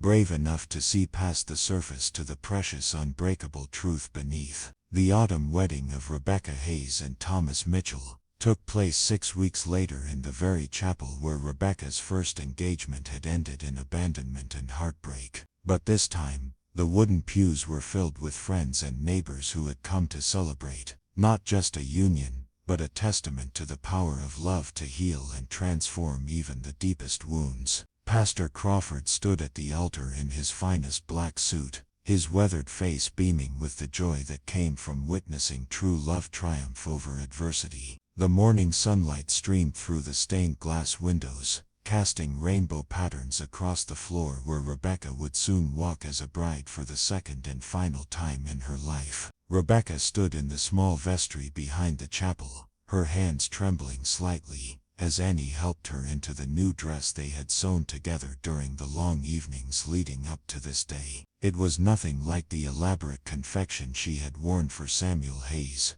with its layers of silk and seed pearls and desperate hope for acceptance. This dress was simpler but infinitely more beautiful, made from cream-colored wool that Annie had ordered special from San Francisco, with delicate embroidery around the neckline that Rebecca had stitched herself during quiet moments by the fireplace. The dress was designed to be beautiful without hiding anything, to celebrate Rebecca as she was rather than attempting to conceal the marks that life had left upon her. The neckline was modest but not secretive, the sleeves fitted but not covering, the overall effect one of quiet elegance that spoke of a woman comfortable in her own skin. Most importantly, It was a dress chosen and made by people who loved her, who wanted her to shine on her wedding day, not despite her scars, but as a complete woman worthy of celebration. Annie stood behind Rebecca, carefully arranging the simple veil that had belonged to Margaret Mitchell. When Tom had offered it, Rebecca had initially protested, feeling that it was too precious to be worn by anyone other than his first wife. But Tom had insisted, explaining that Margaret had always hoped her things would be used by someone who would appreciate their significance, rather than gathering dust in storage. She would have wanted you to have it, he had said with the quiet certainty that marked all his important decisions. Margaret believed that beautiful things should be shared, that keeping them locked away was a waste of the joy they could bring. Besides, he had added with a smile that made Rebecca's heart flutter, she always said a woman should feel beautiful on her wedding day, and nothing would make her happier than knowing her veil was helping another bride feel that way. Now, as Annie settled the delicate lace over Rebecca's carefully arranged hair, both women felt Margaret's presence in the room like a blessing. The veil had been made by Margaret's own grandmother, passed down through 3 generations of Mitchell brides, and wearing it made Rebecca feel truly part of the family she was about to join officially.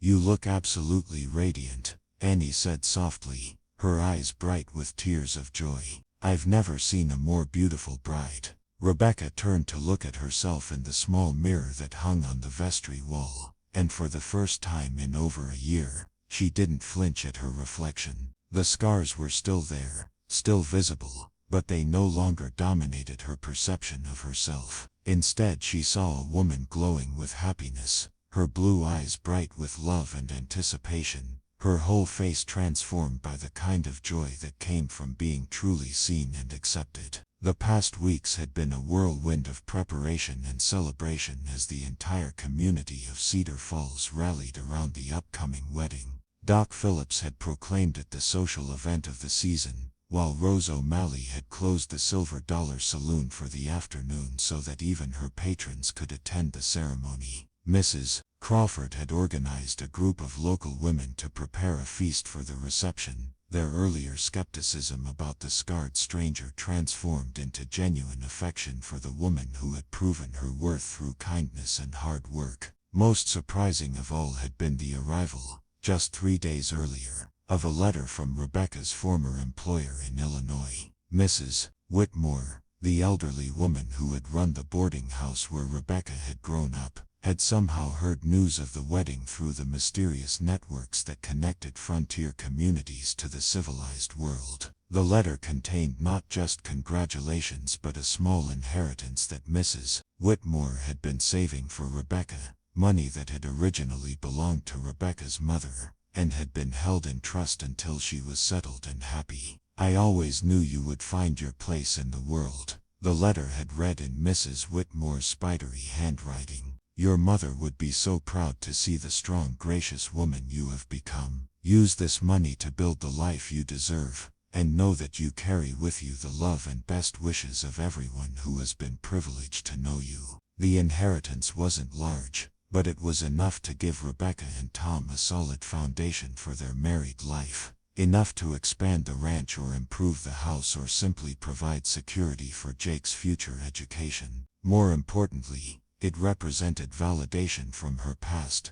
proof that she had always been valued and loved even when she couldn't see it herself. Jake appeared in the doorway of the vestry, dressed in his finest suit with his hair carefully combed and his face shining with excitement. At 10 years old he took his role as Rebecca's escort very seriously, understanding that he was standing in for the father she had lost so young and the family that had never been there to support her. "Are you ready, Miss Rebecca?" he asked formally, though his eyes danced with barely contained joy. "Pa's waiting at the altar, and he looks like he might burst if you don't hurry up and marry him." Rebecca laughed, the sound rich and genuine and completely without the bitter edge that had marked her laughter for so many months. "I'm ready," she said, taking Jake's offered arm with ceremonial gravity. "Let's go make this official." The chapel doors opened, and the soft melody of Annie's piano playing filled the air. She had chosen a simple hymn that spoke of gratitude and new beginnings,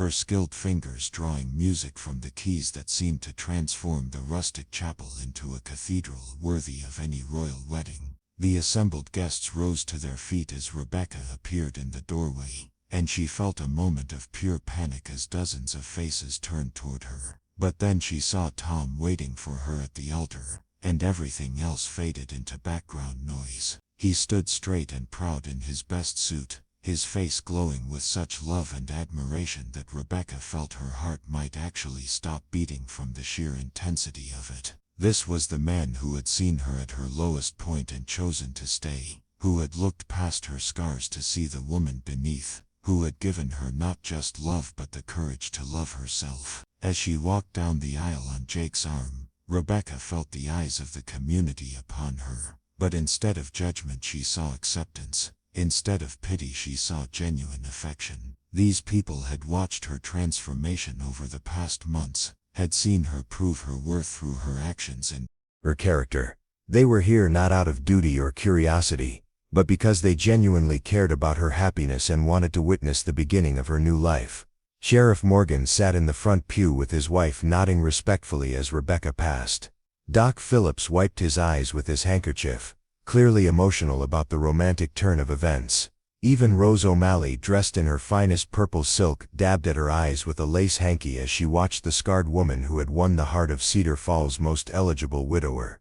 When Rebecca reached the altar, Jake solemnly placed her hand in Tom's with the gravity of someone performing a sacred duty. Tom's fingers closed around hers, warm and steady and strong, and Rebecca felt the last of her nervousness melt away. This was right.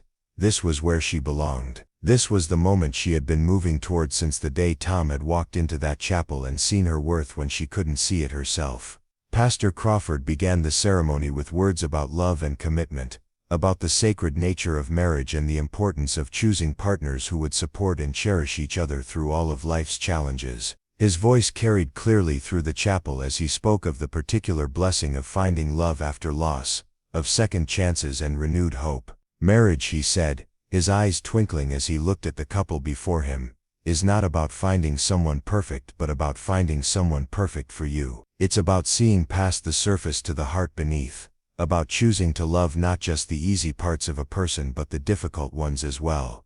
Tom and Rebecca have already proven their commitment to each other through trials that would have broken lesser bonds. Today we celebrate not just the beginning of their marriage but the recognition of a love that has already been tested and found true. When it came time for the vows, Tom spoke first, his voice strong and clear as he looked directly into Rebecca's eyes. "Rebecca," he said, "when I first saw you in that chapel, I thought I was just helping a stranger in need. I had no idea that you were going to save me just as much as I saved you. You brought light back into our home, love back into our family, and joy back into my heart. You've shown me that it's possible to honor the past while still embracing the future, to grieve what we've lost while still celebrating what we've found." His voice grew rough with emotion as he continued, "I promise to love you not despite your scars but because of everything they represent. Your strength, your survival, your courage in the face of unimaginable pain. I promise to see your beauty every day, to remind you of your worth when you forget it,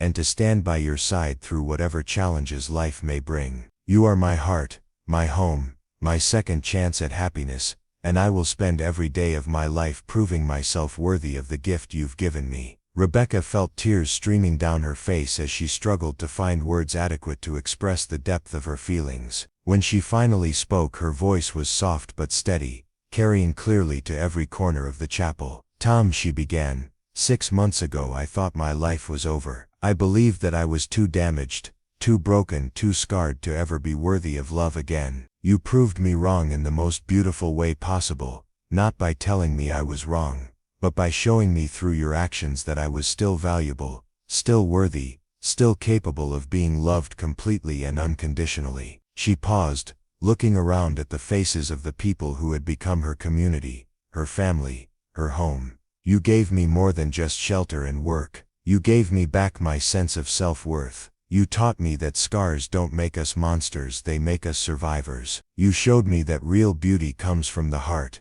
and that real love sees past the surface to the soul beneath." Turning back to Tom, she continued with growing strength, I promise to love you with the fierce loyalty of someone who knows the value of true partnership. I promise to be the wife you deserve, the mother Jake needs, the partner who will stand beside you in building our life together. I promise to never again hide from who I am or apologize for what I've survived. Most of all, I promise to wake up every morning grateful for the miracle of being loved by a man like you." Pastor Crawford smiled through his own tears as he pronounced them husband and wife, and when Tom kissed his bride, the entire chapel erupted in joyful applause. It was a kiss that spoke of promises kept and futures embraced, of love that had grown from friendship into something deeper and more enduring than passion. As the newly married couple walked back down the aisle together, Rebecca felt as though she were floating. The faces that smiled at her from the pews belonged to friends now, people who had chosen to see her value and accept her into their community. Children threw flower petals in their path, and Annie's piano music soared with triumph and celebration. The reception was held in the Mitchell barn, which had been transformed into a festive hall with ribbons and flowers and tables laden with more food than the combined population of Cedar Falls could possibly consume. Rose O'Malley had contributed several bottles of her finest champagne, while Doc Phillips regaled anyone who would listen with stories of the most romantic weddings he had witnessed in his long career. Rebecca moved through the celebration like a woman in a beautiful dream, accepting congratulations and good wishes from people who had become genuinely fond of her. She danced with Tom to music provided by a fiddle player who had traveled from the next county specifically for the occasion, their movements graceful and natural as they spun around the makeshift dance floor. But perhaps the most meaningful moment came when Jake approached her during a quiet interlude,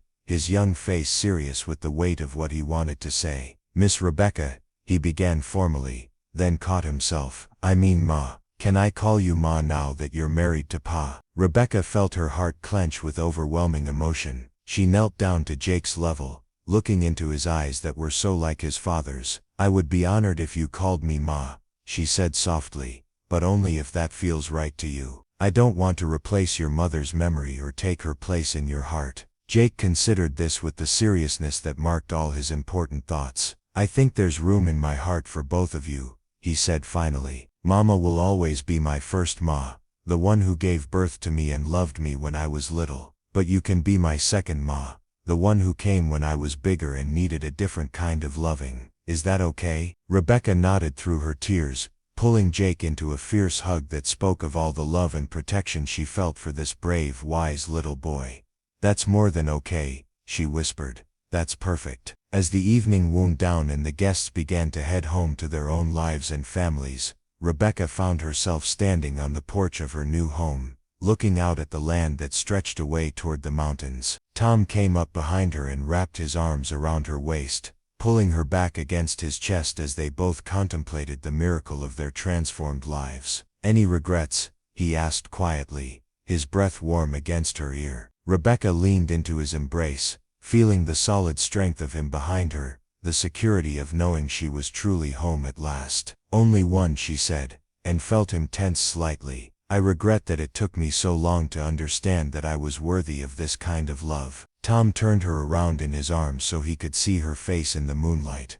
"Maybe you weren't ready before," he suggested gently. "Maybe you had to go through everything you went through to become the woman I fell in love with. Maybe Samuel Hayes was just a detour on the road that was always leading you here." Rebecca considered this, thinking of the journey that had brought her from the ashes of her old life to the joy of her new one. The fire had been devastating, Samuel's abandonment cruel, the months of isolation and self-doubt almost unbearable. But without those experiences, she might never have developed the strength and resilience that had attracted Tom in the first place. She might never have learned to value character over appearance, substance over surface beauty. "I used to think the fire ruined my life," she said thoughtfully. "Now I'm beginning to wonder if it saved me from a life that would never have made me truly happy." "Everything that happened to you, good and bad, made you the woman you are today," Tom replied. "And the woman you are today is exactly the woman I need, exactly the woman our family needs,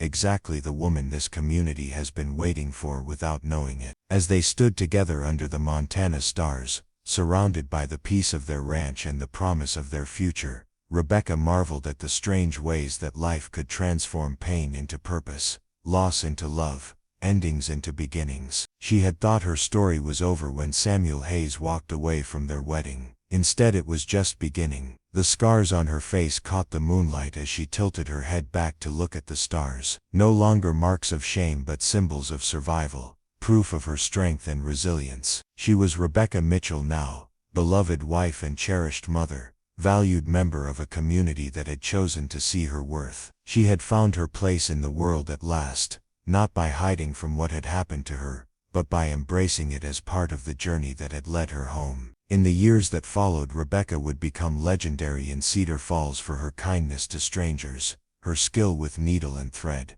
her ability to see potential in people that others had written off. She would help deliver babies, tend the sick, comfort the grieving, and teach young women that their worth was not determined by their appearance but by their character and actions. Annie would eventually leave for San Francisco to pursue her dreams of becoming an artist, but not before watching Rebecca transform from a broken woman into the heart of their family. Jake would grow into a man who understood that true strength came from protecting those who needed protection, that real courage meant standing up for what was right even when it was difficult. And Tom would wake up every morning for the rest of his life grateful for the day he had walked into St. Mary's Chapel and found a woman who thought she was too damaged to be loved. He would spend decades proving to her that she was wrong, that she was beautiful and valuable and worthy of every happiness life could offer. But on this night, as they stood together at the beginning of their married life, all of that was still in the future. For now it was enough to hold each other under the vast Montana sky,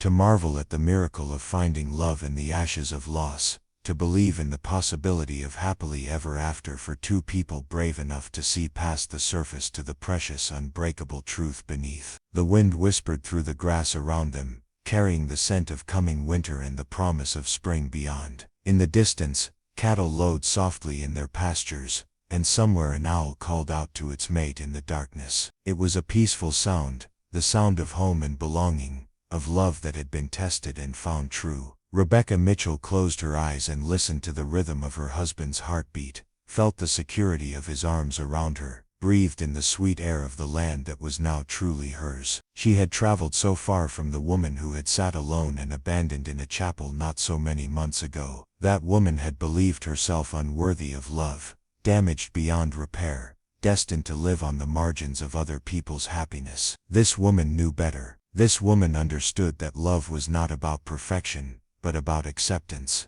not about hiding from pain, but about transforming it into strength, not about being flawless but about being real and authentic and brave enough to let others see you completely. As Tom led her inside to begin their first night as husband and wife, Rebecca felt the last shadows of her old shame fall away like autumn leaves. She was home, she was loved, she was exactly where she was meant to be, with exactly the person she was meant to be with, living exactly the life she was meant to live. And in the morning, she would wake up as Miss Thomas Mitchell, ready to write the next chapter of a love story that had begun with abandonment and despair, but had transformed into something so beautiful and enduring that it would inspire others for generations to come. 5 years had passed since Rebecca Mitchell first set foot on the ranch as a broken woman fleeing from shame, and the transformation was nothing short of miraculous. The morning sun painted golden streaks across the expanded kitchen, where she now moved with the confident grace of someone completely at home in their own domain. Her hands, once trembling with uncertainty, now worked steadily as she prepared breakfast for a household that had grown beyond what anyone could have imagined. The scars that had once defined her existence were still visible, still part of her story, but they had become simply another feature of a face that radiated contentment and purpose. Neighbors no longer saw damaged goods when they looked at Rebecca Mitchell. They saw the woman who had organized the territory's first quilting circle, who had delivered more babies than Doc Phillips himself,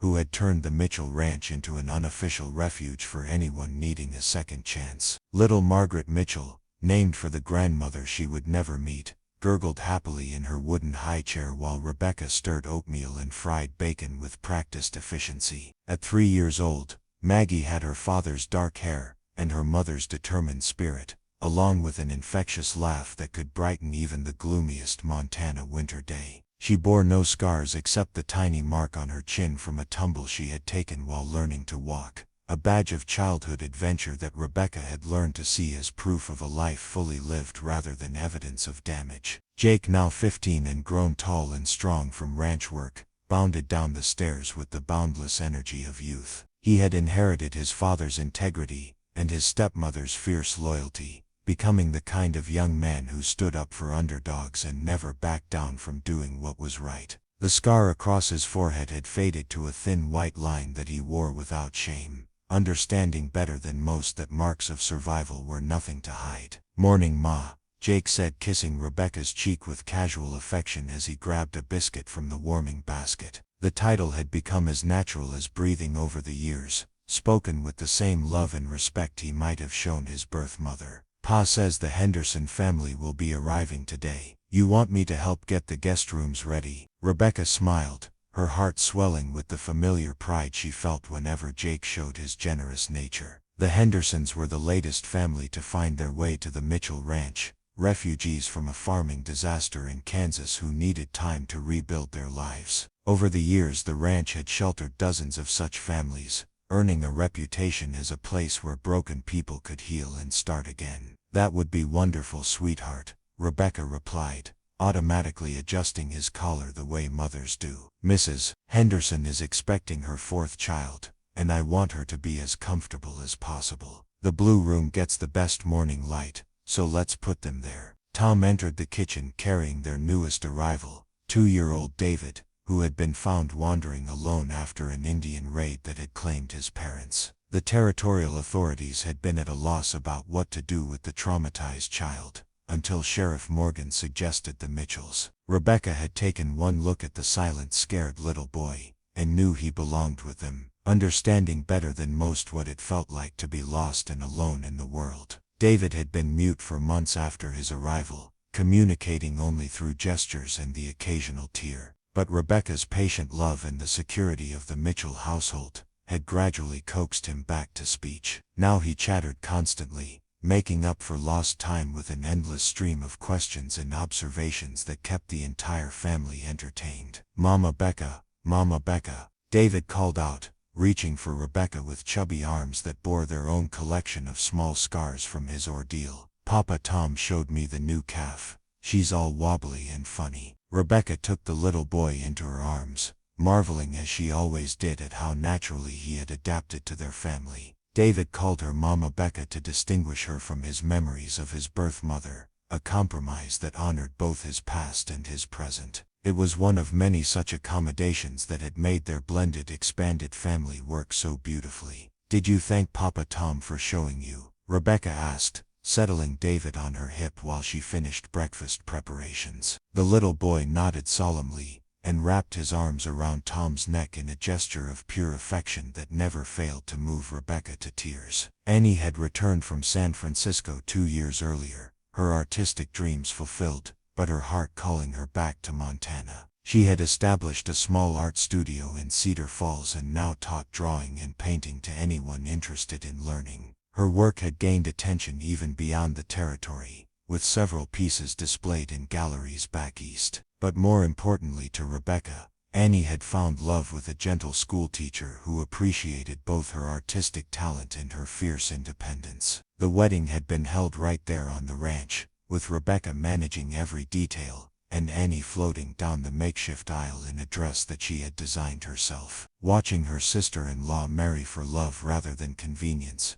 had been one of Rebecca's greatest joys, proof that dreams could come true when people were brave enough to pursue them. As the family gathered around the breakfast table, Rebecca felt the familiar surge of gratitude that marked the beginning of each day. This scene, so ordinary and domestic, represented everything she had ever wanted but never dared to hope for. A house filled with love and laughter, children who called her mother, a husband who looked at her each morning as if she were the most beautiful woman in the world. Tom caught her eye across the table and smiled, the expression carrying all the love and admiration that had only deepened over their years together. He had kept every promise he had made to her, proving daily that her worth was not diminished by her scars but enhanced by her strength in bearing them. Under his steadfast love, Rebecca had blossomed into a woman of confidence and purpose, someone who inspired others to see past surface appearances to the treasures that lay beneath. "What's on the agenda for today, Mrs. Mitchell?" Tom asked,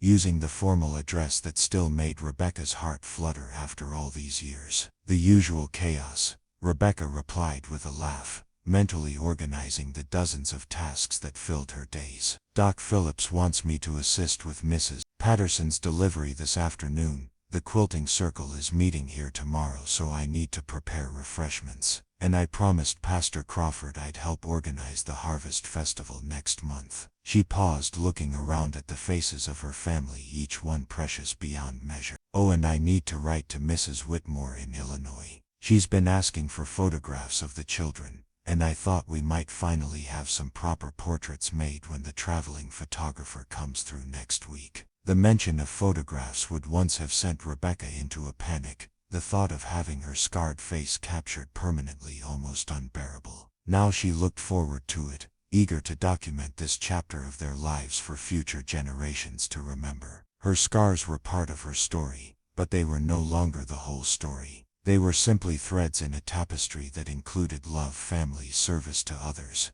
and the deep satisfaction of a life well lived. After breakfast, as the children scattered to their various activities and Tom headed out to meet the Henderson family at the stagecoach stop, Rebecca stood at her kitchen window and reflected on the miraculous journey that had brought her to this moment. The woman who had begged Tom not to look at her in that chapel 5 years ago seemed like a stranger now, someone from a half-remembered dream of shame and despair. That woman had believed her scars made her unworthy of love, that her damaged face disqualified her from happiness and belonging. She had measured her worth by standards set by shallow men like Samuel Hayes, men who could only see beauty in perfection and found imperfection repulsive. She had internalized their judgment, accepting their verdict that she was damaged goods unfit for decent society. But Tom Mitchell had seen something different. He had looked past her scars to the woman beneath, recognizing strength and resilience, and a capacity for love that her trials had only deepened rather than diminished. His unwavering faith in her worth had given her the courage to believe in herself again, to stop hiding and start living with purpose and joy. The sound of wagon wheels announced the arrival of the Henderson family, and Rebecca smoothed her apron and prepared to welcome another group of displaced souls to their sanctuary. This was perhaps her greatest gift to the world, this ability to see potential in broken people and help them find their way back to wholeness. Every family they sheltered, every person they helped rebuild their life, was a testament to the transformative power of love and acceptance. As she watched Tom help a heavily pregnant woman down from the wagon while her husband corralled 3 young children, Rebecca felt the familiar stirring of maternal instincts that had nothing to do with biology and everything to do with the heart. These people were tired, scared, uncertain about their future. They needed what she had needed 5 years ago: a safe place to rest, time to heal, and someone who could see their worth when they couldn't see it themselves. "Welcome to our home,"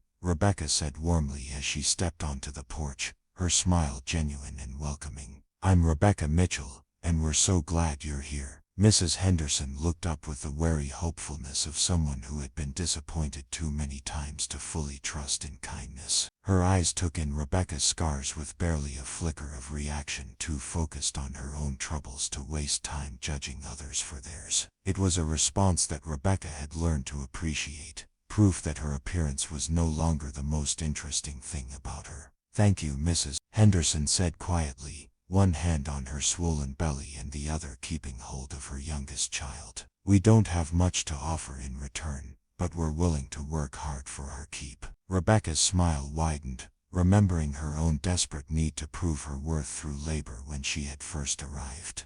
"There's always plenty of work on a ranch," she assured the woman, "but first let's get you settled and fed. You look like you could use some rest." As she helped the family gather their meager belongings and guided them toward the house, Rebecca caught sight of her reflection in the front window. The scars were still there, still visible, still part of who she was. But now when she looked at herself, she saw not a damaged woman but a whole person who had survived tragedy and transformed it into strength. who had taken her pain and turned it into compassion for others. The little Henderson girl, perhaps 6 years old, tugged on Rebecca's skirt and looked up at her with the frank curiosity of childhood. "What happened to your face?" she asked, her question innocent of malice or judgment. Rebecca knelt down to the child's level, no longer flinching from such inquiries. "I was hurt in an accident when I was younger," she explained gently. "It changed how I look, but it didn't change who I am inside. Sometimes the most important things about people are the things you can't see with your eyes." The little girl nodded solemnly, processing this information with the wisdom that children often possessed. "My mama says scars mean you're brave," she said finally. "Are you brave?" Rebecca felt tears prick at her eyes, remembering Tom's words from that first day and Jake's innocent acceptance of his own marks. "I try to be," she answered honestly. "And you know what? I think you're brave too, for traveling so far to find a new home." As she led the Henderson family into the warmth of her kitchen and began the familiar process of making strangers feel welcome, Rebecca reflected on the strange ways that life could transform pain into purpose. Her scars, which had once seemed like the end of her story, had become the beginning of something far more beautiful than she could ever have imagined. She was Rebecca Mitchell now, mother to children both born and chosen, wife to a man who saw her beauty in ways that had nothing to do with unmarked skin, pillar of a community that valued her for her heart rather than her face. She had found her place in the world not by hiding from what had happened to her, but by embracing it as part of the journey that had led her home. The woman who had once begged not to be looked at now stood confidently in the light, unashamed and unafraid, beautiful in all the ways that truly mattered. Her story had become proof that love could heal any wound, that acceptance could transform any shame, that it was never too late for a second chance at happiness. And as the sun set over the Montana landscape she now called home, Rebecca Mitchell smiled with the deep contentment of someone who had learned the most important lesson of all, that true beauty came not from perfection but from authenticity. Not from hiding our scars but from wearing them with grace. Not from being flawless but from being real and brave and kind enough to help others find their own way home. Up next, you've got 2 more standout stories right on your screen. If this one hit the mark, you won't want to pass these up. Just click and check them out.